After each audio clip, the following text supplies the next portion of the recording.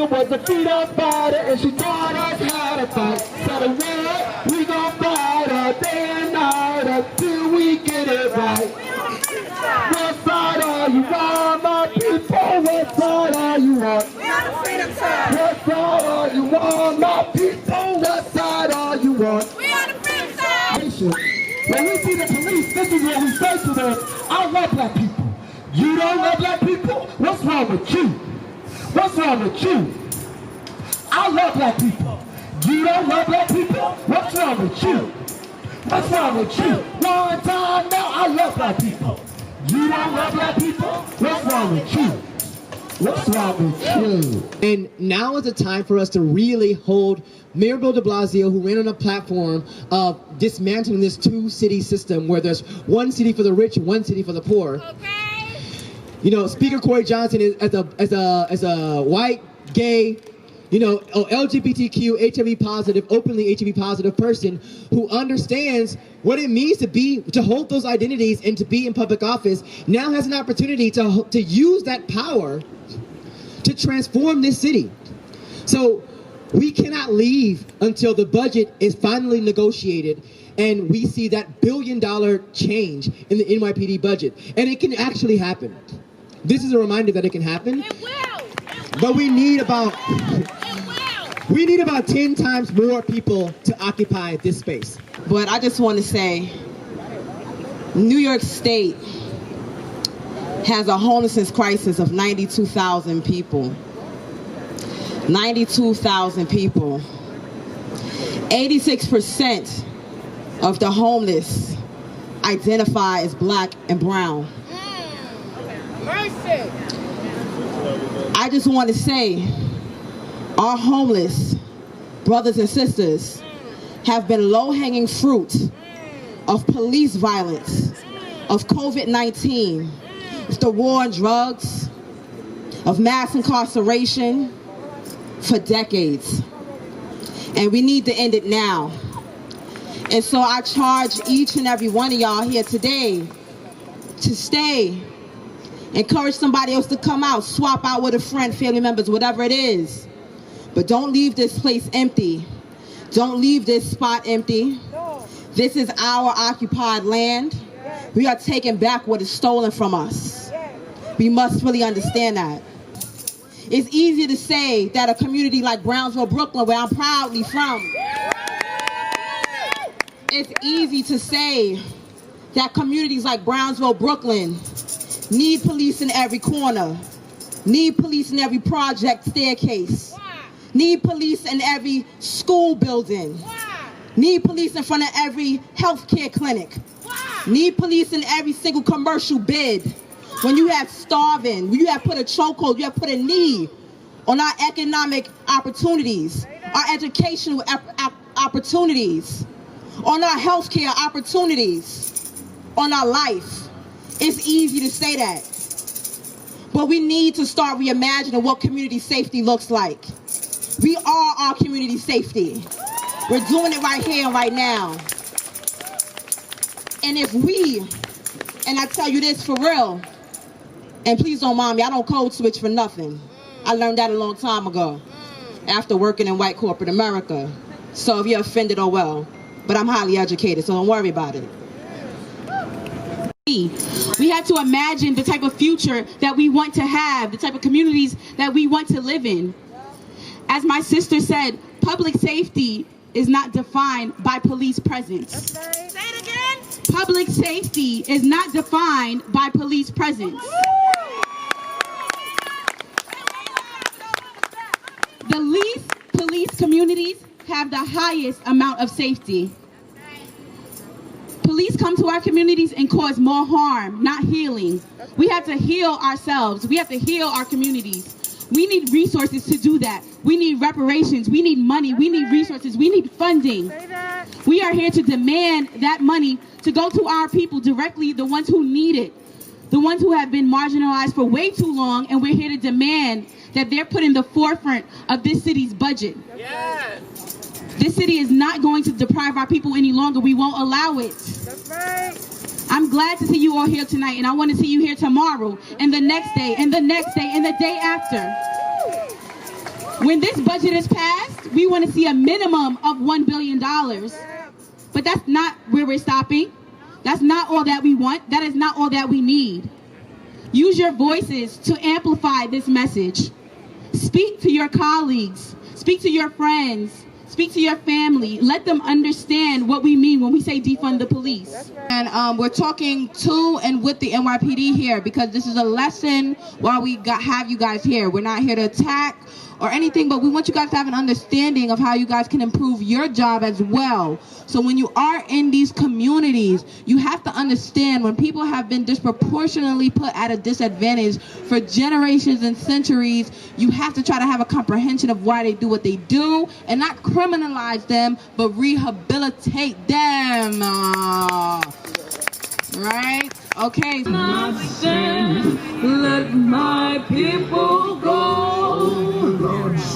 Go down, Moses, way down in Egypt land.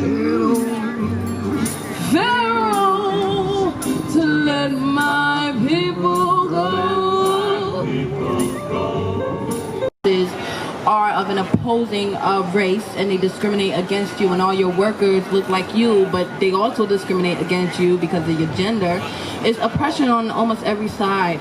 And there were times when I literally cried in the shanty and this was my only refuge to sing this song, and I was screaming with all my might, and I would be on the roof on the top floor and I would literally be saying, oh Pharaoh, let my people go. And that would carry me through. So I had to say that to let you know that this song, unfortunately, is still being sung with so much validity and power as it was even when Harriet Tubman was literally freeing slaves. And it means so much to me, and you guys listening means so much as well. So thank you so much. Everywhere, every story that your grandmother spoke words and told, there's a remnant of young activists screaming to ears that have yet to be heard. I am 6,935 days old, and I will, you will, we will be heard. Politicians keep telling us, like, are we good? No, we got it. You can stop. Get out the streets. You know, you won, but we haven't won yet. And we're tired of waiting for our freedom. That's so, right. That's what it's called. We gotta go get it. They say to wait our turn. That if we just shut up and earn, their spoils of our labor will trickle down. They say to wait and dull the strike sound, dialing down the volume on the struggle for our freedom. Oh, it just takes time, you see. Change ain't easy. But it's just cheesy, the talking points of pigs who've had their fill, whose politics and policy have kept us ill. They say we can't have justice, not yet. But against the working class, they've lost this bet. They say equity is too inflammatory. Sustainability, a fantasy. When will we workers see that all of our power rests in the chains that bind us together? We, the people, are done waiting. Thank you. Lost, one of the things you learn is that it's direct experience that gives you the clearest lens to understand what this world is actually like and what the world can actually be. And for me, that is the story, or one of the stories of my grandmother, my late great-grandmother, Isa May Walker. So I wrote this piece about her, and I'm just going to read it.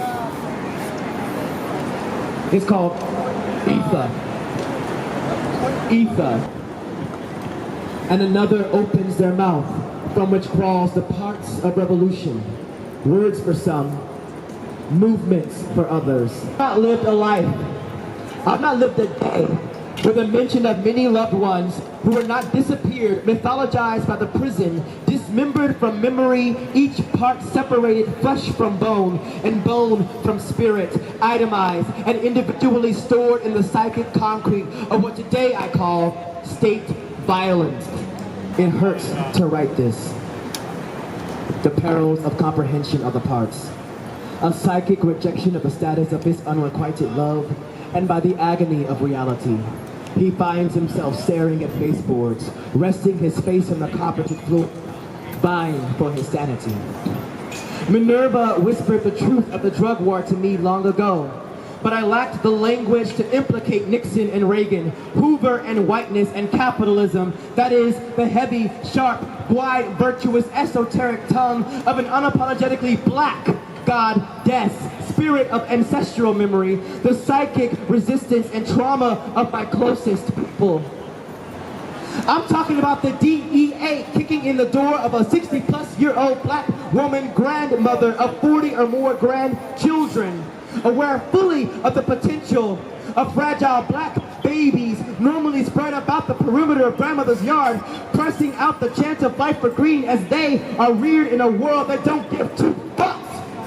If they're napping in the house, they raid for drugs. But we know they raid for people, for bodies, for black, brown, my kin, bodies, dreams, blood, and profits. This war is on people. This war is on me, Jeff Sessions. Why intensify something that promises absolution for them and retribution for us? Get off my neck, 'cause I can't breathe, 'cause I can't breathe. Get off my neck, get off my neck, 'cause I can't breathe. Mama, I can't breathe. Oh, get off my neck. 'Cause I can't breathe. Forget about the ballots. We can help ourselves. Take back some land and use it for ourselves. Create our own communities and drop out the system. When people speak up, you're programmed to dismiss them. Guilty by participating in a system made to enslave us. News and media is made to enrage us. The ones we've been waiting for. Today is the day that we start to take the power back. Rise up, it's time to take the power back. Today is the day that we start to take the power back. Rise up, time to take the power back.